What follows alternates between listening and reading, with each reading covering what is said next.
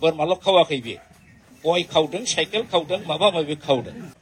माबा बोरमा सिखाव माबा माबि गुथा लोंनानै 6 मास खर' जानानै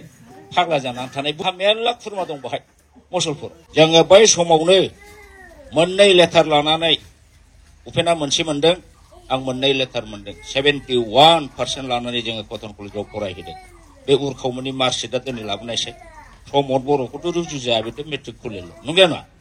दा बेबादि दाल हेडेक खर' गैयै माखासे मानसिया सालाखि सयतानजों एबसुआव हाबनानै थानानै एबसुखौ दैदेननानै रायजो राजाफोरनि सिगाङाव नंखाय बाथ्रा बुंनानै फोलानानै थगायनानै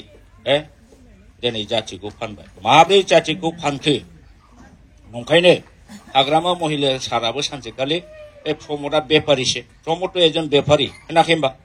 बे समाव आं साख्रियाव दं रिटायार जायाखै आं सानदों तखन बे समाव बेहा एबसुनि लिडार आरो हाग्रामाया चिफ हिसाबै दङ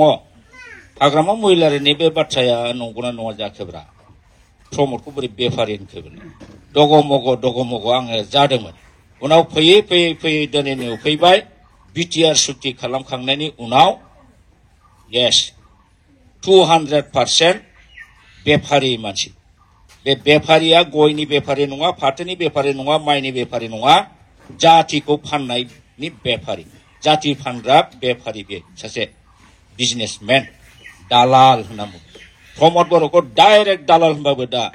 जेबो फाद्राया जेबो खहा गैया आरो जेबो खालामनो हाया बियो मानोना बियो अलरेडि जातिखौ फानबाय माब्रै फानखो रायजोफोर दा बे खोथाखौनो बिसोरथ' बिराद साव एबसुनि आरो इउपिपिएल ना माने ना फिथिख्रि बेरफ्रावनाय बादि बुङो आरो गावसोरखौ रायोब्ला प्रत्येक डिस्ट्रिक्ट कमिटि आनसलिक कमिटिखौ थुनानै हरनानै जोंखौ जाहा ताहा रायो बिसोरनि जोंखौ बखिनाया खुनु जुक्ति गैया पार्सनेलसो एटाक खालामलाबायो माबा माबि होननानै नंखायनो बिसोरहा हिम्मत गैया पइन्टखौ टाच खालामा जों बुंदों बिटिसि सुक्तिया बिराद मोजांमोन बेजों जोंहा दहाय बिथां उकिल फंबाया बुंनाय बादि जों रैखाथि मोनदोंमोन कनस्टिटिउसनेल जोङो सेफगार्ड मोनदोंमोन दा बेबादि एफा गिदिर जोङो पावार मोननानै बिटिआर सुक्तियाव बे जिनिसखौ सेस खालामदों बेनिखायनो दिनै रायजो राजाया बे खोथाखौ मिथिगौ बिटिसि सुक्तिया जे 2003आव 10 फेब्रुवारियाव हाग्रामा महिलारिनि दैदेननायाव बिएलटिजों आसाम गभर्नमेन्टजों सेन्ट्रेल गभर्नमेन्टजों जा सुक्ति जादों बे सुक्तिया सुक्ति हिसाबैल' थायाखै रायजोफोर बे सुक्तिखौ उनाव पार्लामेन्टआव पास खालामदों राज्य सभायाव पास खालामदों प्रेसिडेन्टआ सहि होनानै मोनसे आयेन जादों दा बे हिसाबै आयेन नंगौना नङा आं नोंथांमोननो खिन्थागोन नैबे जाहैदों भारतनि संबिजिरनि लेखा आरो गांसेया नैबे दं बे जाहैबाय जेनेरेल कनस्टिटिउसन नैबे जाहैदों 6 शिड्युलनि कनस्टिटिउसन दा बे कनस्टिटिउसनाव जोंनि बिटिसि एकर्ड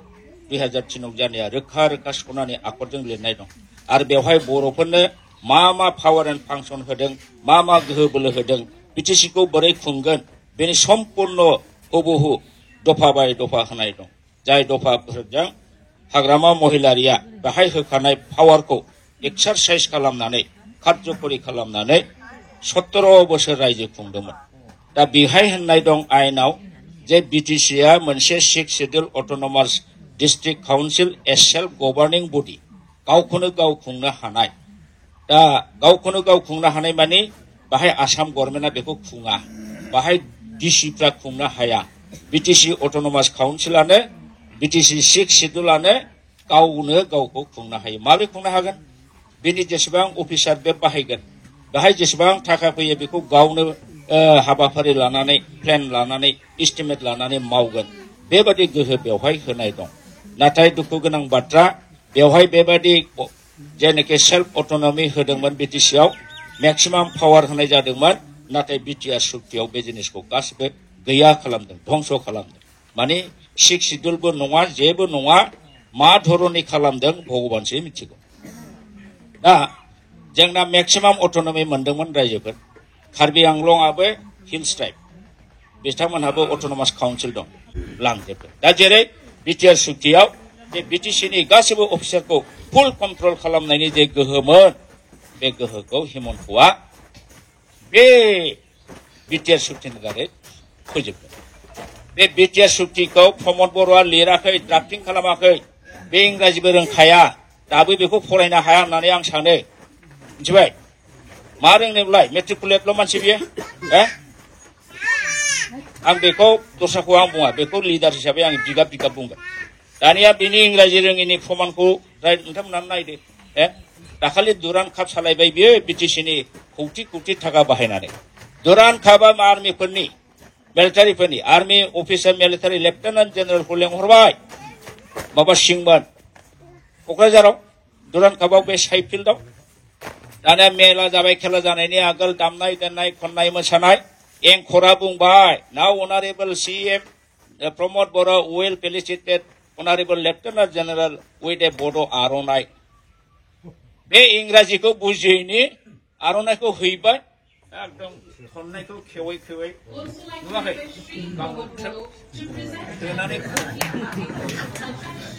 बिराद मिनिथावथाव नङा होमबा ओजों लेफ्टेनेन्ट जेनेरेला आर्मि अफिसारा माबादि मानसिलाय होमबा बेनिफ्राय नोंथांमोना नुवा मोनथिया नामा जे प्रमदआ एकदम थिगोन दा इंराजि रोङा आश्चर्य जायाखै होमबा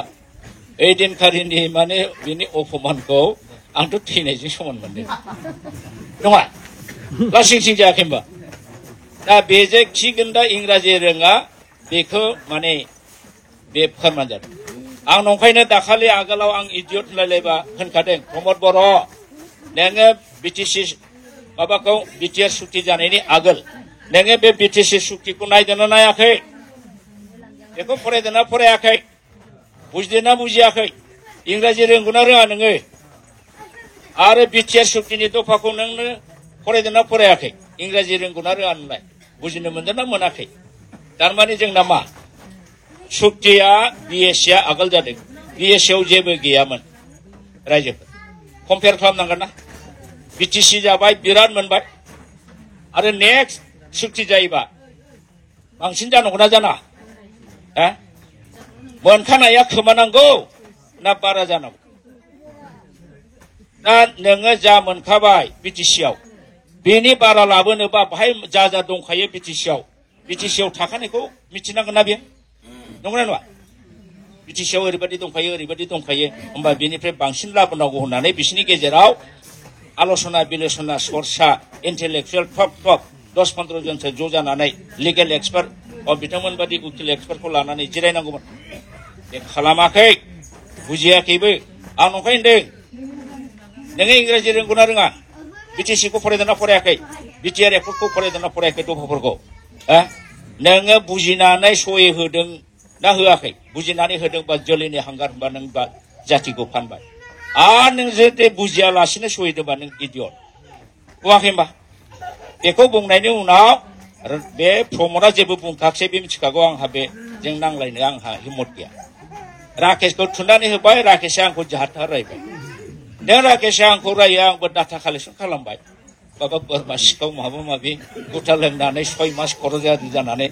फाग्ला जानानै थानाय बुजिबाखै होमबा आरो बेथ' सैथोजोब नोंथांमोननि बे ओनसोलनि रायजो राजानो आंनो खिथाहरदों आंहा मेरला खुरमा दं बाहाय मुसलपुर गुथा फाग्ला आरो बेल' बोरमाल' खावाखै बियो गय खावदों साइकेल खावदों माबा माबि खावदों बिराद फाग्ला बे मानसिया माने थार गज' बुंनो थांब्ला जाय हक प्रमद बर'आ इंराजिबो बुजिया आरो बिटिसिखौ बिसोरो खुनु स्टाडि खालामाखै जायनि फलाव बिटिसिआव मोनखानाय पावारखौ खोमादों बे आइडियानो गैया बे मोनसे आरो गुबुन मोनसे खारन दंबावो हिमन्त बिश्व शर्माया बिटिसिखौ फोजोबनो बिटिसि जानायनि 2003निफ्रायनो असमिया इन्टेलेक्सुयेलफ्रा हिंसा जाखादों बे असमिया इन्टेलेक्सुयेल आरो हिमन्त बिश्व शर्मा बिसोरनो हिमन्त बिश्व शर्मानो थुनानै हिरा सरनियाखौ अबर' दाहोदों बर'जों टक्कर जाहोदों बर'जों जुजिहोदों बर'नि मान सन्मानखौ एकदम माने गाज्रि खालामदों बे हिमन्त बिश्व शर्मानि हिरा सरनियानि उनाव नेक्स्टआव मोनबाय बियो माबाखौ प्रमद बर'खौ मा कुमन्त्रना होके आपने এই চুক্তি সই করাবো ফুসলাই তুলাই সই তো লব আপনি কিমান কোটি লব লক बेबादि बन्दोबस्त जादों रायजो नोंसोर मिथिया बर' जातिखौ कौटि कौटि हिमन्तनिफ्राय थाखा लानानै बे बिटिआर सुक्तिखौ बियो खालामदों बिनि प्रमाण दं प्रमाणखौ होनोसै आं जे बेजे खौथि लानानै बे सुक्तिखौ खालामदों बिटिसिआव मोनखानाय पावारफोरखौ फोजोबदों बेनि प्रमाणा जाहैदों जेलानाखि बियो बिटिआर सुक्ति जाखांनानै नमिनेशन होबाय नमिनेशन होखांनायनि उनाव होनाय समाव प्रत्येक मानसिया गावबा गावनि सम्पतिनि हिसाब होनांगौ दा बेनि हिसाबा जाहैबाय बेनि सम्पतिया जाय मानसिया मोनसे समाव होनदोंमोन जे आङो गरिब न'खरनि मानसि सानसे समाव आङो खयला जावखांहैदों रायजोफोर सानसे समाव आङो रिक्सा अट' रिक्सा सालायदों बुंदोंना बुङाखै खोनायाखै मबाइलाव नुवाखै नोंसोर गासिबो बुंदोब्रा आव होनदों नङाबाथ' आं बुंनाया नंखाय जागोन ना आंथ' खोनाथारदों जे खयला जावखांहैदों सानसे समाव अट' रिक्सा सालायदों बिदि होनना दा बेबादि होनग्रा मानसिया एबसुनि प्रेसिडेन्ट जानाय समाव नमिनेशन होनायाव बिनि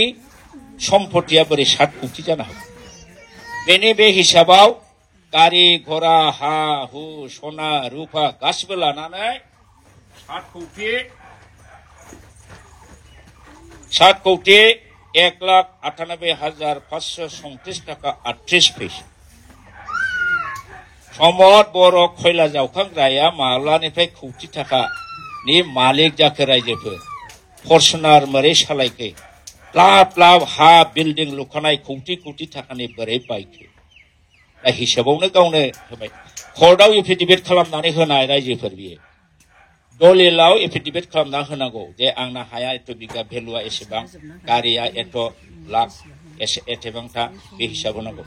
बिसिनि सना रुपानि होनांगौ बबे बेंकआव बबे एलआइसिआव बेसेबां थाखा होदों बेनि हिसाब होनांगौ बाहाय ओंखारदों होमब्ला बे थाखाया मा सन्देहजों नंगौना नङा दा हेमन्त बिश्व शर्मानिफ्राय बेबायदि लानानै बेखौ बियो खालामो दा नंखायनो जोङो बेखौ बेफारि होनो जाति फानग्रा होनो रायजोखौ दा बे मोनसे प्रमाण जाहैबाय जाय मानसिया खयला जावखांग्रा 4-5 बोसोराव 7 कौटिनि मालिक गिदिर अफिसार डाइरेक्टर कमिशनारानो बेबादि 6-7 कौटि सम्पति थाया सुदु बेथननि फैसाबा 2 नाम्बारि जाय खालामो बिसिनाव थानो हागौ दा प्रमद बर'आ जातिखौ फाननानै बेबादि बिथाङा लादों